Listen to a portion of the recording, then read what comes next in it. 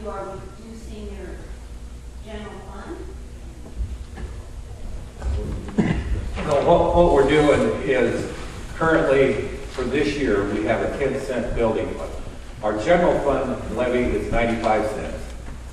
We can go to $1.05, so we have a 10-cent building fund for repairs, that kind of stuff.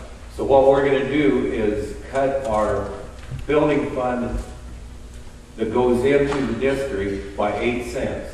We're going to leave 2 cents for the building fund to generate, for the grade school and any other repairs we have to do. So in that, we're actually, I don't know how I want to say this, taking 8 cents of the building fund and putting it towards the bond issue. How long will you be able to do that? That depends on where our general fund goes. If our general fund, say, goes up to 97, we may, if we leave that 8 cents on the bond issue, we may have no building fund to generate for other repairs. So you're telling, this makes me believe that 11.4 cents will be the levy in 20 years. Is that correct? Yeah, Mark can probably address this a little better because we'll have to have 19.4 cents, however. To me, this looks like you're playing a shuffle game with the patron's money. It's going from one pocket to another pocket, so you pay or borrow from this one to that one. The bottom line is, the bond will cost $19.8 million plus interest. Is that correct? 9.8, yeah. 19.4 cents. Yeah. 19.4 cents, 9.8 million plus interest. Is that correct? Correct. That's what it will cost. I'll let Mark address it more. So unless, just a minute, so unless you reduce your 1.5 asking, it's still going to be 19.8 cents. It's just coming out of a different place. Yeah, I think, and you can correct me if I'm wrong, but Bill, I believe what the school board is doing is they've put on 10 cents in the building fund to address some of these needs if the bond issue would not pass.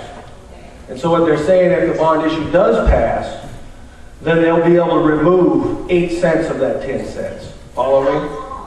I don't know that. I can't answer that. But, I mean, I think... You're selling an idea today that will not work for 20 years. Okay, let me answer another question. You said that bond, that levy would be 19.4 every year for 20 years. Okay. Okay, that's the total issue. The bottom line is, with the figures we're using on a 20-year bond issue, okay, we're using 4.5% interest. And to have the debt service annually meet that requirement, that what you're going to need to generate off your levy every year is roughly $735,000 a year. Okay, you have to pay that debt service every year.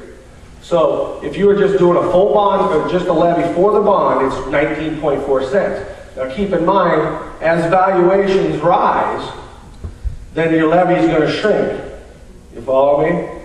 So if valuations rise 10% every year, which I'm not saying they're going to, but if they do, that levy asking is going to shrink. They work in opposites, okay? So that you have to keep that in mind. So it's not safe, it's not fair to say that it'll be 19.4 cents for 20 years. But it's not fair to say it's going to be 11.4 cents for 20 years either. I guess you could make that argument. I think this is the plan the school board came up. I don't want to speak for them, but I think they'll have to address that. I just wanted to clarify that the 19.4 cents is projected at this time, but as valuations increase, which I would assume 20 years from now, I would think valuations would certainly increase, that levy asking will shrink.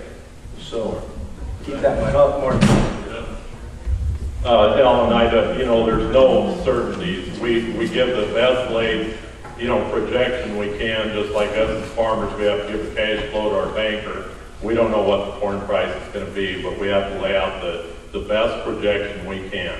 Well, right now, we know if this bond issue does not pass, we will continue levying 10 cents to cover, piecemeal these repairs together as well as we can. So that's a fact. We will continue to levy as much as we can into the building fund to try to do this if it does not pass. If it does pass, we will reduce it by 8 cents starting out, and our plan is to continue doing that. We thought about reducing it 10 cents, but we did not feel that was feasible. We need to leave that 2 cents in there to take care of some repairs. I mean, we could go even further to say if the bond issue does not pass, as a board, we can pass a 5-cent levy to cover like heating issues and different things like that. And that would probably have to happen. There again, we would be piecemealing together because we wouldn't have the money up front to do it right. So you could take it a step further and say that you will pay another 5 cents if the bond does not pass, which in essence would leave you with 6 cents more you'll be paying net if the bond does not pass, or if the bond passes versus if it does not. I'm just trying to say there are no absolutes.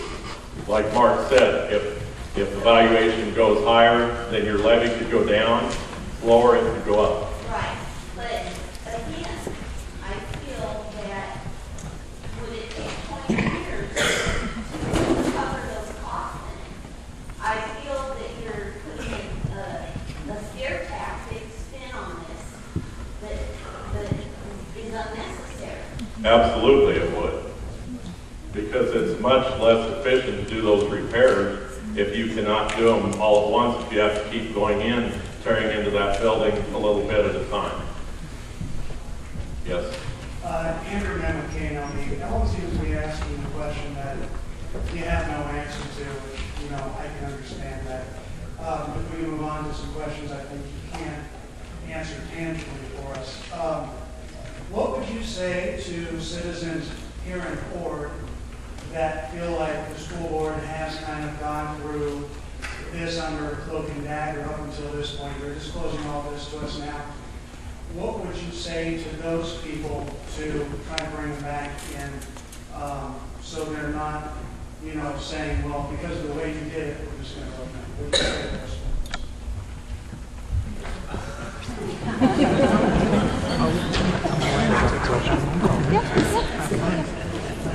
I don't know if I can answer this question, Andrew.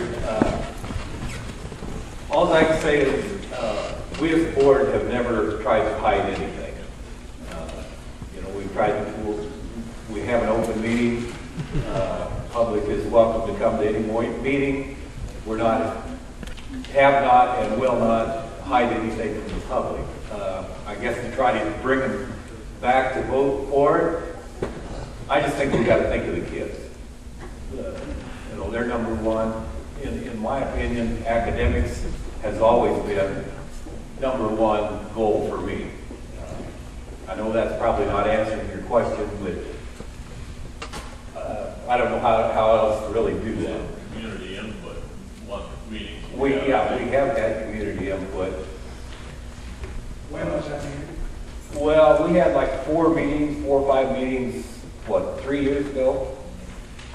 But nothing since then, and, you and I spoke earlier, reality may be reality, but perception is reality. Understand that. And right now, there are folks that perceive that you kind of maybe gone under the radar. Just how do you bring them in? You present all of this today. What would you say? In that 3 years period of time, what we were doing, like there again, it was all out in the public, but we were meeting with the architects numerous times, sending us information, and we'd get together and maybe we didn't agree with what they did. But I think it's been out in the open.